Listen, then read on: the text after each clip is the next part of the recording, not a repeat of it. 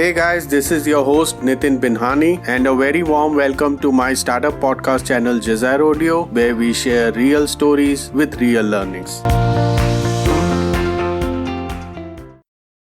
Today, we're diving into yet another cautionary tale, the failure of Deep-Rooted, an Indian AgriTech startup that promised to redefine the farm-to-fork journey, a startup that scaled to over 1,500 acres of farmland and partnered with 1,000-plus farmers, and even backed by marquee investors like Accel, IvyCap Ventures, Omnivore, and Mayfield, but had to shut down in December 2024. So, what went wrong? Let's break it down into three parts: the rise and fall, with challenges, followed by key takeaways for founders. Part 1. The rise. Deep-Rooted began its journey in 2018 with an ambitious mission. Launched as a B2B agritech startup, the company managed 100 acres of greenhouses, plus supplied fruits and vegetables to over 120 premium restaurants across Bengaluru. It primarily focused on horticulture and began working closely with the small farmers. They offered 200-plus varieties of fresh produce and, perhaps most impressively, built India's largest network of horticulture farms.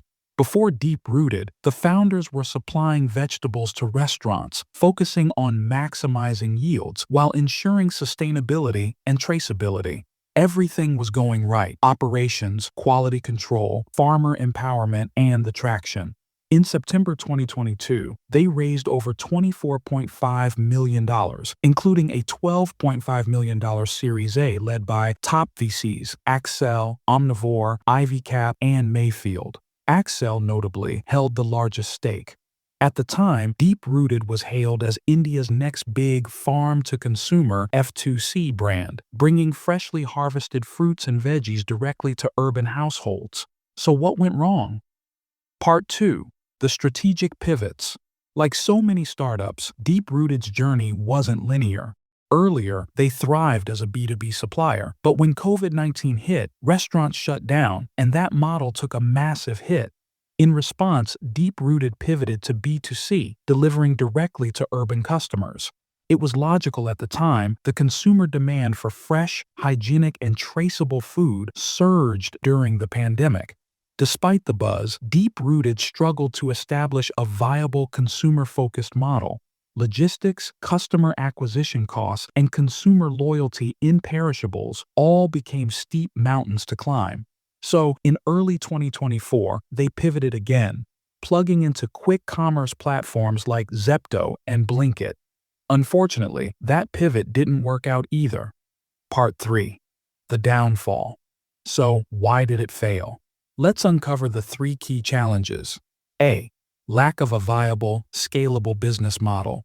Despite great mission and strong operations, Deep-Rooted struggled to define a business model that could scale profitably. B2C was costly, quick commerce made them dependent on external platforms, and even their core B2B model, which worked best during pre-COVID, couldn't scale post-COVID in a changed market. B. Financial struggles. Deep-Rooted revenue dropped by 57% in FY 2024, down to rupees 34.4 crore or $4 million, from rupees 81 crore or $9.45 million in FY 2023. Meanwhile, losses mounted to rupees 52.2 crore or $6.1 million, threatening its very survival. C. Inability to secure follow-on funding. Despite its earlier $24.5 million funding, Deep-Rooted couldn't raise follow-on round. In venture capital, momentum is everything, and without a clear path to profitability, investors pulled back. And that, ultimately, was its death knell. Deep-Rooted is not alone. It's the second major player in the farm-to-fork space to fold, the first being Freyazo, which had raised $65 million and yet had to shut down. Others like Otipi, Pluck, Gourmet Garden, and Kisan Connect are still alive, but this segment is clearly seeing turbulent waters. Finally, key lessons for entrepreneurs. So, what can you learn from the shutdown of Deep-Rooted? Here are the 5 takeaways. 1. Consumer markets are brutal. Selling perishables to end consumers sounds noble, but it's a logistics nightmare. Low margins, high CAC, and low loyalty or retention make it hard to scale unless you truly crack operations and branding. 2. Distribution is everything. In AgriTech especially, how you reach your customer is just as important as what you grow. Deep-Rooted's reliance on external quick commerce platforms meant limited control over customer experience, margins, and brand. 3. Pivot with purpose. Pivots are necessary, but too many, too fast, can dilute your core. Deep-Rooted went from B2B to B2C and then back to B2B. Each model shift comes with wildly different operational demands. Know who you're serving and build for them with conviction. 4. Funding is not a business model. Raising capital is a milestone, not the mission. Deep-Rooted had raised $24.5 million, but still couldn't survive. Why? Because capital can't fix a broken or unclear path to profitability. 5. Viability matters a lot more than virality.